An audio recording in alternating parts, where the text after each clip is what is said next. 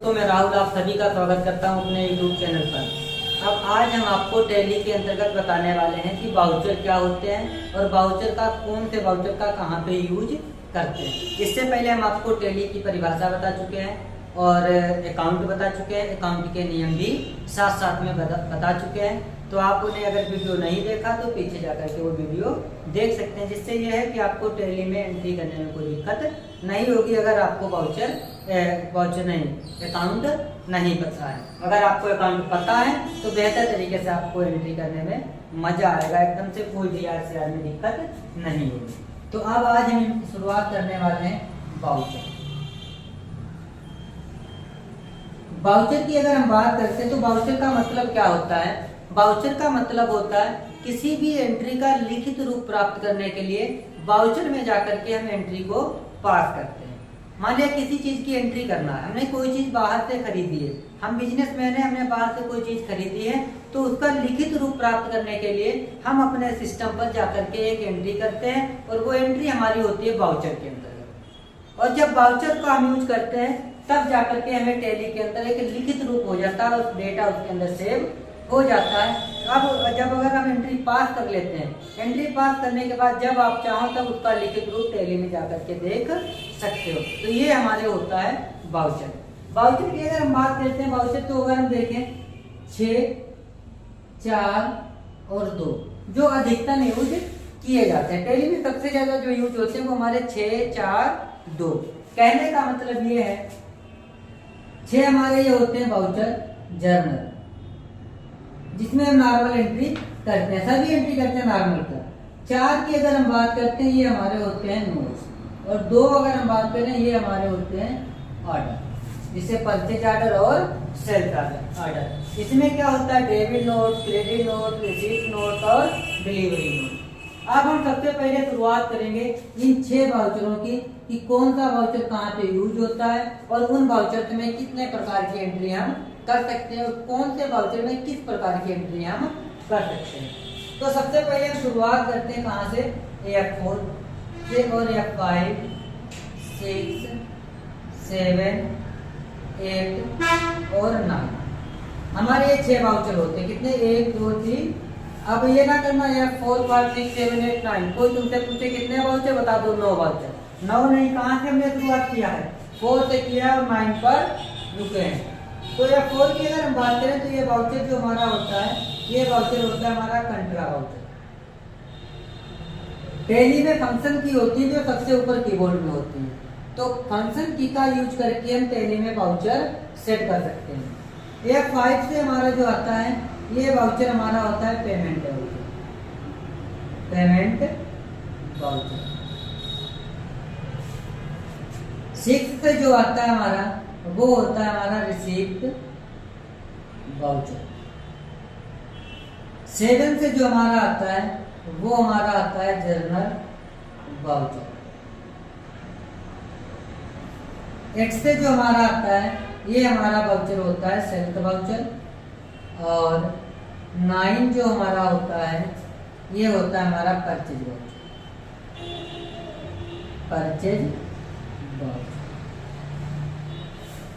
अब हम शुरुआत करते हैं सबसे पहले कंट्रा वाउचर की।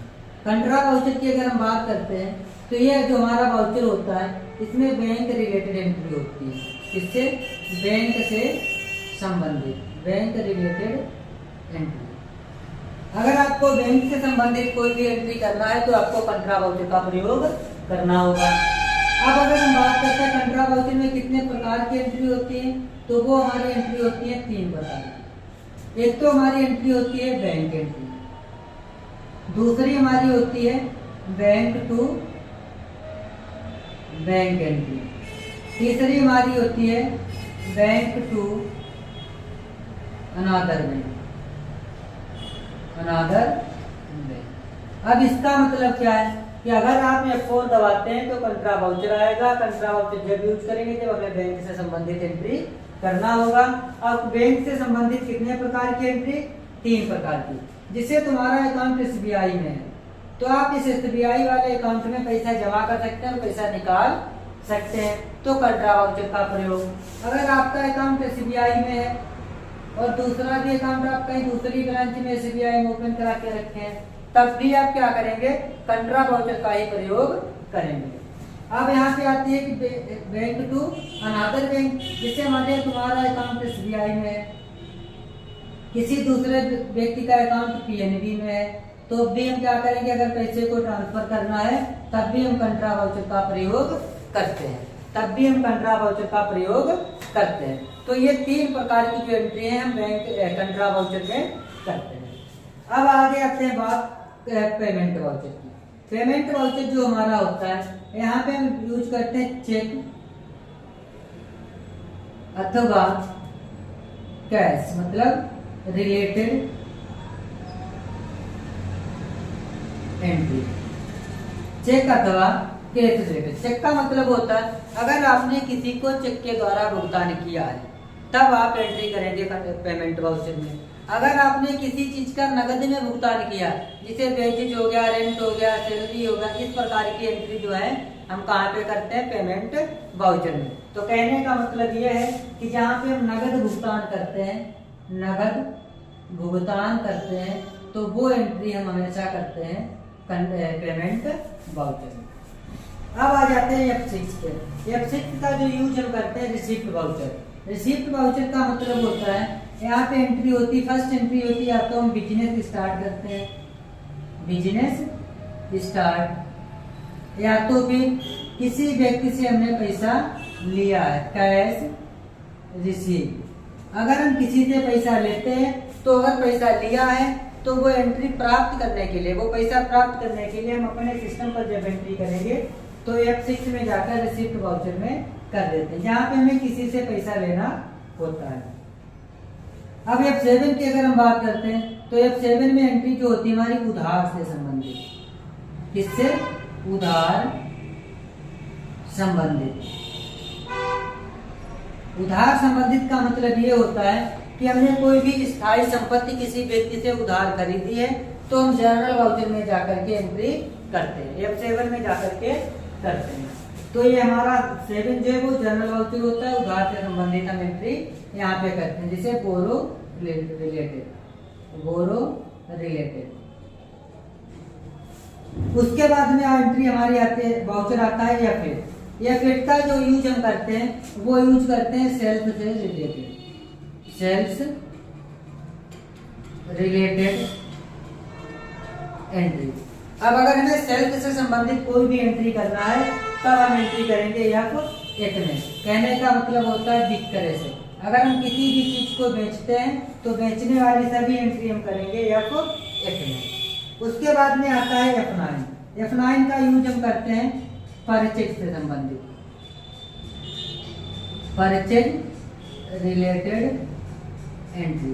तो कहने का मतलब ये है अगर हमने किसी चीज को क्रय किया, क्रय का मतलब होता है बाय किया, बाय मतलब खरीदा, तो खरीदने से संबंधित जो भी एंट्री हमारी होगी वो एंट्री हमारी होगी F9 में, और F9 से आता है हमारा परचेज वाउचर। तो इस प्रकार से हमारे नॉर्मल 6 वाउचर थे जिनका यूज हम टैली में अधिकतम करते हैं, और कौन से वाउचर में किस प्रकार से कौन सी एंट्री होती है वो हमने आपको एकदम क्लियर तरीके से बता दिया है।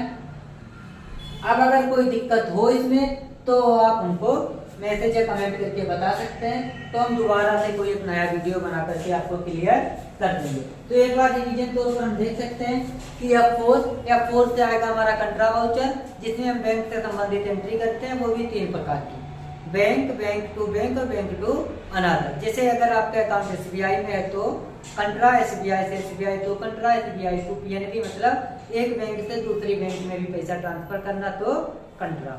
फिर आता है हमारा F5 से हम संबंधित क्या करते हैं, चेक से संबंधित, या फिर नगद में किसी चीज को हमने भुगतान किया है, किसी खर्चे को किया है, तो वो एंट्री करेंगे हम F5 में। F6 का मतलब होता है जब हम एंट्री करने जाते हैं तो पहली एंट्री हमको मिलती है बिजनेस स्टार्टेड, कि हम इतना रुपया लगा के बिजनेस शुरू कर रहे हैं, तो वो एंट्री करेंगे F6 में। और उसके अलावा अगर हमने किसी से रुपया लिया है और रुपया लिया है तो रिसिप्ट एंट्री करेंगे, और रिसीव करने के लिए पैसा हम F6 में करते हैं। F7 का मतलब होता है उधार से संबंधित, उधार मतलब 7 जनरल वाउचर, उधार से संबंधित अगर कोई एंट्री आपको करना है तब हम करेंगे F7 में। उसके अलावा भी इसमें एंट्रियां होती हैं F7 में, वो हम आपको बताएंगे कि वो किस तरीके की होती है, एडजस्टमेंट वाली होती है। फिर उसके बाद में आता है एफेट। एफेट का मतलब होता है सेल का वाउचर। अगर आप बिजनेस के अंतर्गत किसी भी चीज को सेल कर रहे हैं और उससे संबंधित एंट्री करना है तो एफेट का यूज करते हैं। उसके बाद में आ जाता है F9।